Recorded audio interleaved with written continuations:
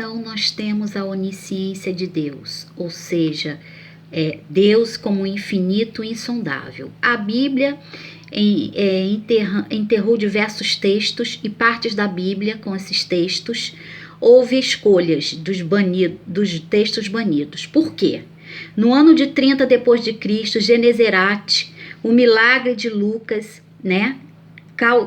No curandeiro, existem sinais e que se não eram de Beelzebul, maligno, eram daquela geração. E não será dado a outro sinal senão o Filho do Homem, fecha aspas, dito por Jesus. A rainha do sul se levantará, abre aspas, a rainha do sul se levantará. Pois eis que aqui, maior que Salomão, que é um mago, Jesus e seus apóstolos conheciam os textos. Então esse texto, quando ele cura, ele conhecia Salomão, ele conhecia as práticas ritualísticas e conhecia o texto e utiliza Salomão. Por quê? Por causa do curandeiro. Então nós vamos ver. O texto de Salomão, mestre dos demônios, testamento de Salomão existente e encontrado, apareceu em 36 espíritos, jumentos, bois, simbolizando Beelzebul. A Bíblia hebraica dividida em partes distintas, persas, Gênesis, Pentecostes, Deuteronômio e outros, o grau de Deus, Moisés. Escritos, a Bíblia alternativa dos textos gregos que foram encontrados no Mar Morto. Os manuscritos conheciam José, Salomão, entre outros. Então, o texto antigo de Salomão, praticantes da Cabala, que são os feiticeiros, os magos, a sabedoria dos egípcios na magia e astrologia. Isso tudo nos textos antigos que foi encontrado por Salomão. A ortodoxia grega no século XV e XVI, em 1945, no campo do Nagiramagi, encontrou no século II textos de Salomão. E esses textos continham magia, diferenciado do Salomão na Bíblia, dos Cânticos de Salomão, praticamente, que era só coisas leves. Não, aqui foi encontrado magia. No ano de 400, no século II, textos de Salomão, no ano de 400 contam Salomão diferenciado, né? Não cortar o meio. Qual era a mãe do verdadeiro menino quando ele disse que iam matar a criança? Então esse é um dos textos, atos sobrenaturais que ele praticava. O arcanjo Miguel posicionou em todos os demônios Beelzebul e escravizou-os para a formação do templo. Então ele utiliza a magia positiva, ele utiliza a benéfica, a negativa, mas ele utiliza a magia, entre aspas, que ele considerava, que todos consideravam magia negra, ele utilizou para castrar os demônios e dominar. Então, os trabalhos da fundação da força do templo de origem divina prediziam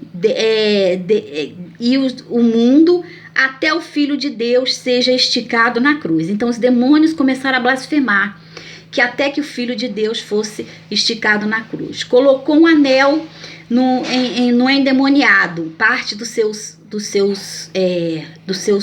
obras, e Flávio Joséfo Salomão no exorcismo. Então, quem praticava o exorcismo era Salomão. E no relato de Flávio Joséfo, ele colocou seu anel na testa do pobre endemoniado, fazendo com que ele virasse naquele momento ali são. Então, o primeiro exorcista da humanidade foi Salomão, ou seja, usando o nome de Salomão como arquiteto, o grande exorcista. No judaísmo racionalista, nós temos razão, que são os maçons, o caminho do místico, 40 anos de barriga cheia, perigosos estudos, ou seja, você tem que ter 40 anos e de barriga cheia, saber ser mago, saber estudar o Torá e o Zorá, principalmente, porque você pode ter uma cadência a nível sensorial diferenciada. por anjos, e nós vamos agora, Ofanim. Segundo Ezequiel, profeta, lá na palavra de Ezequiel, o trono sobre todas as rodas, a soberania, a presença dos sacerdotes da Babilônia, visão de Deus no 5º ano do Joaquim, 592 a.C., no rio Quebar. Ezequiel, em 1718, viu praticamente os animais, 4 animais com rodas azuis, que simboliza a azul turquesa, da riqueza, e a pedra azul, que é simbolizada a pedra, dois animais da cura e da prosperidade, simbolicamente utilizada também. Andavam 4 pares de olhos, em cada 4 de rodas, e olhos conheciam completo, e o conhecimento completo dos olhos. 4 faces distintas. Humano, que é a semelhança a Deus. Leão e águia. O rosto humano semelhante a Deus. O leão, a força e o poder divino. O rosto do boi, o trabalho árduo, pesado, suprir as necessidades. A águia, parte divina com guia. Terra, água, fogo e ar, simbolizando os 4 elementos, possivelmente também. Então, temos que no Fiel Pastor, em 1613, os mandamentos do Zohar, místicos mandamentos arcaicos e de pureza do coração. Ou seja, só pode fazer o Torá quem tem pureza no coração, quem absorve as escrituras de dentro para fora e não de fora para dentro. E aí começam as profecias e começam a oracular da Cabala. A origem da Cabala: Eiralot, ou seja, mansões, 7 níveis de mansões até o Criador. O infinito, punições, 7 níveis, Sheol Avadon, ou seja, a perdição, a ruína, perder tudo, o barro, que simboliza a morte, a sombra da morte. Cada um destes níveis, 300 anos para a alma se livrar. Pecados de 300 anos, então muito cuidado quem se manifesta com Zohar. Os textos codificados em cada 3 membros, esclarecendo que o número 3 é um número cabalar da comunicação. Ecrã e Pecã. A dualidade. Rabi, Shinon, a pessoa que estuda o pentáculo, ou seja, as vestimentas do Torá. Não tem partes, não tem as partes no mundo vindouro. Minha fala é a vestimenta de pensamentos. Deus revela as vestimentas mais importantes, que são o pensamento. Então, livra do esplendor, a raiz de cada coisa, corpo, vestimenta, alma interior que se junta ao Criador, com os selves. Então, a criação do mal.